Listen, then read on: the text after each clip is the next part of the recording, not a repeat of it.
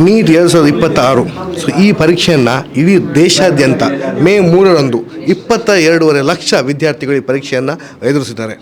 ಕಳೆದ ಒಂದು ವಾರಗಳಿಂದ ಇದರ ಹಿಂದೆ ಬಹಳಷ್ಟು ಸ್ಪೆಕ್ಯುಲೇಷನ್ ನಡೀತಾರೆ. ಏನು ಪೇಪರ್ ಲೀಕ್ ಆಗಿದೆ, ಆ ಸಮಸ್ಯೆ ಈ ಸಮಸ್ಯೆ ಅಂತ.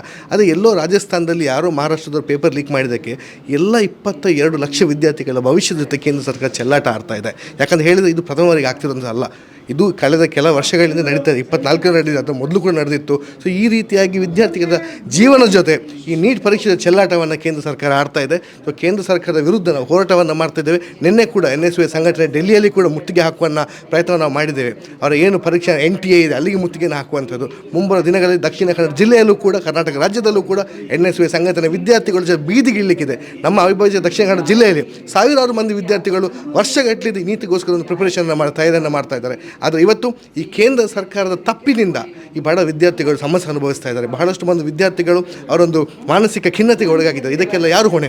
ಇದಕ್ಕೆ ಹೊಣೆ ಶಿಕ್ಷಣ ಮಂತ್ರಿ ಧರ್ಮೇಂದ್ರ ಪ್ರಧಾನ್.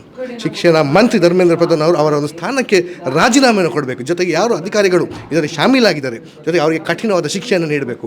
ಇಲ್ಲದಿದ್ದಲ್ಲಿ NSY ಸಂಘಟನೆ ಹೋರಾಟವನ್ನು ನಿಲ್ಲಿಸುತ್ತಿಲ್ಲ. ವಿದ್ಯಾರ್ಥಿಗಳ ಜೊತೆ NSY ಸಂಘಟನೆ ಇದೆ. ದಕ್ಷಿಣ ಕನ್ನಡ ಜಿಲ್ಲಾದ್ಯಂತ ನಾವು ಪ್ರತಿಭಟನೆಗಳು ಮುಂಬದಿನಲ್ಲಿ ಮಾಡಲಿಕ್ಕಿದ್ದೇವೆ.